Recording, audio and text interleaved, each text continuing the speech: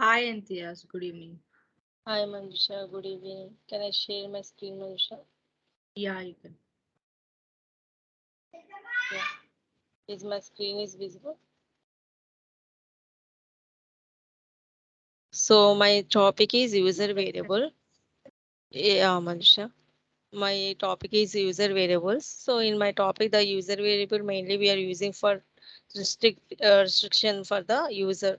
Why? Because at the dimension level, we didn't give for the user all the dimension levels to uh, to do the data at the parent level. So at the case of user level, we can restrict the data at the child to filter the child members for the users. So the user variable we can use at the artifacts like data forms, runtime prompts, business rules, and smart view. Starts like creation of the user variables. What is the use of the user variables? The main use of the user variable to restrict the user variables at the data info to manage the data and do the any restriction data you can be do at the user variables. So in user variable, for example, we are taking the entity level. Their entity level we have the segments. In that at the parent level we'll filter out the child members. In those child members we can restrict the data for the user at the dimension level. What is the difference between the user variable and the substitution variable? The main difference between the user variable and the substitution variable are for the user variable we can restrict the data, and at the substitution variable the user don't have the choice to take or manipulate or any editing options. These two are the manageable under the service administrator. The service administrator creates the user variable and substitution variable.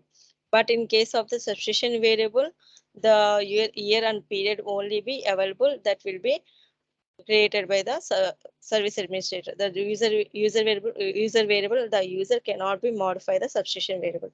But at the user variable, we have the menu script there. We can choose the any of the child member to do the data. Which use case do we use user variable or over the sub user variable?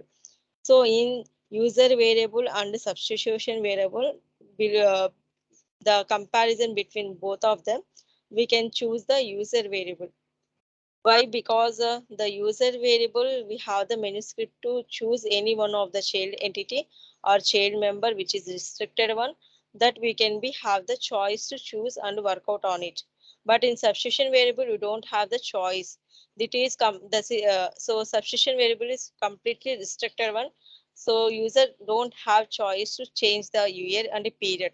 But here user have the in user variable choice to choose any one of the child members. Can you show me how to create a user variable from the following use cases? Okay. Note. Since we don't have list of users in the application, try to explain how user variable behaves by using the admin user only by using the use case assumption below. Here we have a use case one. Assume user one is the owner of the two entities. Assign two entities as value to the entity dimension. So I'm going to the application, click on navigator, and then create the user variable. Under the tools cluster, we have the variable card. Click on the variable card. There you can create the user variable. I have already created the user variable entity. So in entity, first of all, if you want to create any user variable, you can be click on the yard symbol, and then you can create the dimensions. I'm show you like click on plus. There you have the dimensions. You can select any of the dimension, client requirement or our requirement, whichever the dimension you want. We can select the dimension member here, and we can give the username, and then we have to select the members from the definitions. After completion of this all the process, then click on the save. So I'm already created the dimension. I'm just showing how to create the dimension. Next, Can you reuse any of the data form and show me how to use the user how to use the user variable as per the case one from the slide 3. Okay, we can use the reusable of the data forms for creating the user variable. Can you explain how user one access the data form which is created based on the above question in detail of how the entities are restricted to the two entities of work ownership? Should user one supposed to access any of the entities other than two entities he own the data form? So I'm going to show you the three questions. While I'm going to open the form, before we have to be click on the user preferences. So in user preferences, yeah, yeah. So in user preferences, we have to be select the members.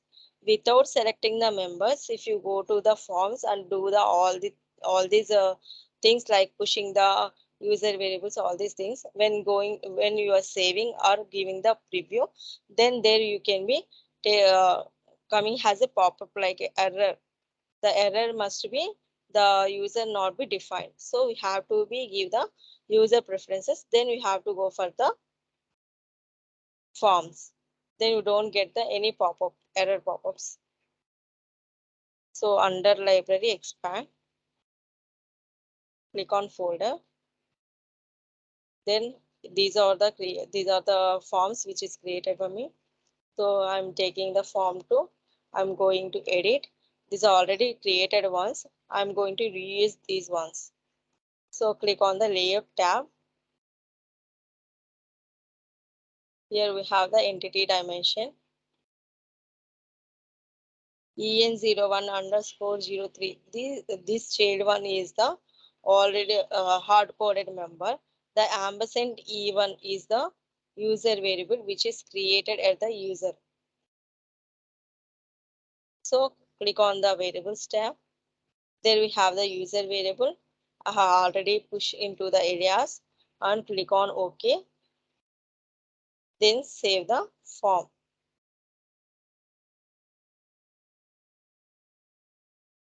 Next. Can you show me how to enable the dynamic user variable? Yeah, click on the option, other options tab. There we have the dynamic user variable. We can be enable the dynamic user variable here and also push the created entity user variable to the selected user variable and then click on save and to see the data card you can see here, click on the preview. So in preview, this is the parent one. Under the total geography, you have the segments. In segments, EN01 is the parent. From EN01, I have selected the EN01_01, EN01_02. The two child members will be the filter out for the user restricted ones. In the PPT, we've seen that should user one suppose access the entities which is given by us. Only these two entities the user have the access, but uh, apart from these two children, the user don't have the access to the data. Take any parent entity as an example. Show how only the children of that parent entity are filtered. As I am shown that this is the parent entity, I am filtered out the children members from the parent entity. This is the referral link. When the data form is saved, the business rule should be run only in the context of the entity selection mode. Sorry, made. So after completion of all this process, go for the business rules.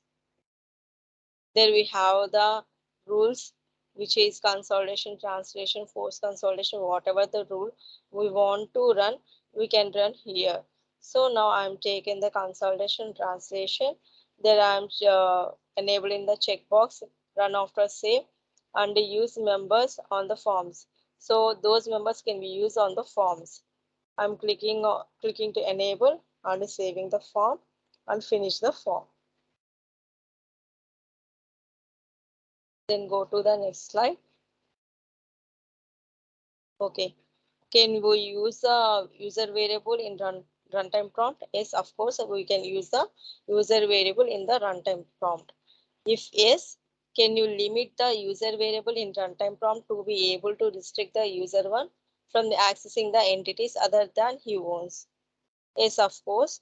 In runtime prompt, we can be limit for the user variable and you can restrict the user variable.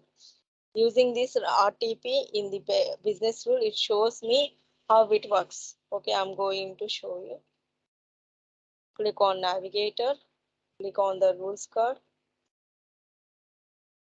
So in rules card, click on action menu, click on user variable, sorry, variable designer, expand the EPM cloud, click on global. In global, I have already created the entity. If you want to create a new one, you can create, click on the new, then the properties tab will be open. Then there you can give the credentials like name and the type, whichever the type you want to give, name or numeric or a string, whatever the type you want to give, you can give here. After that, select the dimension, which dimension you are going to apply, entity, and check out the runtime prompt. Then we have the limits. If you didn't give the limits, the user have the access for the total entity level. So we can restrict or limit the user from here to giving the ampersand even, and as for the default value also be ampersand even. And if you want to give any text, you can give here, enter the entity. After giving all those things, you can save here. Click on save. Like that, use this runtime prompt in the business rule. It shows me how it works. Before going to the business rule to show you, we have to be create the scripts. After creating the script, we can show the business rule. Can you show me how to use the user variable in the business rule? Can you explain the what advantages of the user variable in business rule over the substitution variable? Can you explain which of the following approaches recommended, do not recommended for using the entity in business rule? Please explain why if you can. Okay, I'm going to explain. Click on the system view and expand the EPM cloud. So here is the rules which are created by me. Then click on the rules card, custom rule 2, open. So I already wrote the custom rules, scripted all those scripting are written and executed. So let's see how it is going to be applied. Like fix and fix are the commands. The John is the hard coded one. So every time hard coding is not preferable. Why? Because every time you are come back to the application, you are giving the scripting like a John, and next if you want to give some another, you have to come back the application. You have to give the scripting. All these are repetitive process and time taking process. For that, we don't use the hard coding method. Next one, user variable by using the user variable. So giving as a ampersand. So every time we have to come back to the scripting and also go for the forms. At the forms, you have to push the ampersand value. Then we come back to the scripting. There you can give the ampersand value. Then you can run the business rules. That also be the repeat process, time taking process. When compared to the hard coding, this is a little much better. But in runtime process, all those processes need noted.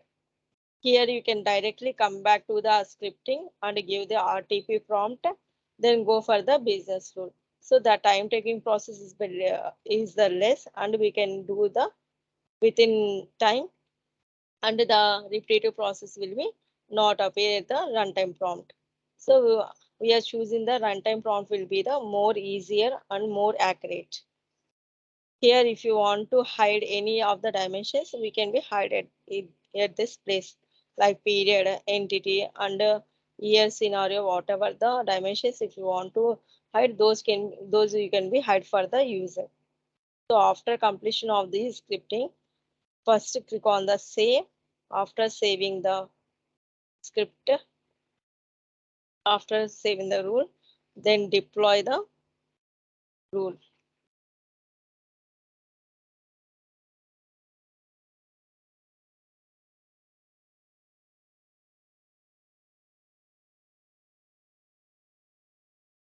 So there is no error. The rule will be deployed successfully. So this is the answers for these questions, and I'm going to show you the business rule. At the same time, the advantages also we have explained in those options. So click on to the business rule, go to the rules card, click on the rules card. There we have the business rule. Click on the custom rule too. So here is the entity. We can restrict the users to select the entity members like this. The user have the access for the only one entity which is located in the parent en01, the child member. So we can just like we can restrict the user variable for the user.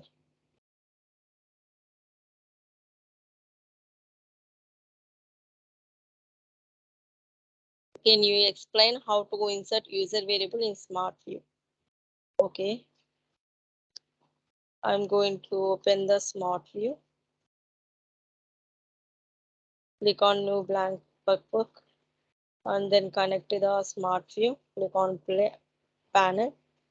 We have two connections. I'm going to click on the private connections. Connecting with the Smart View. Click on Smart View. Giving the credentials.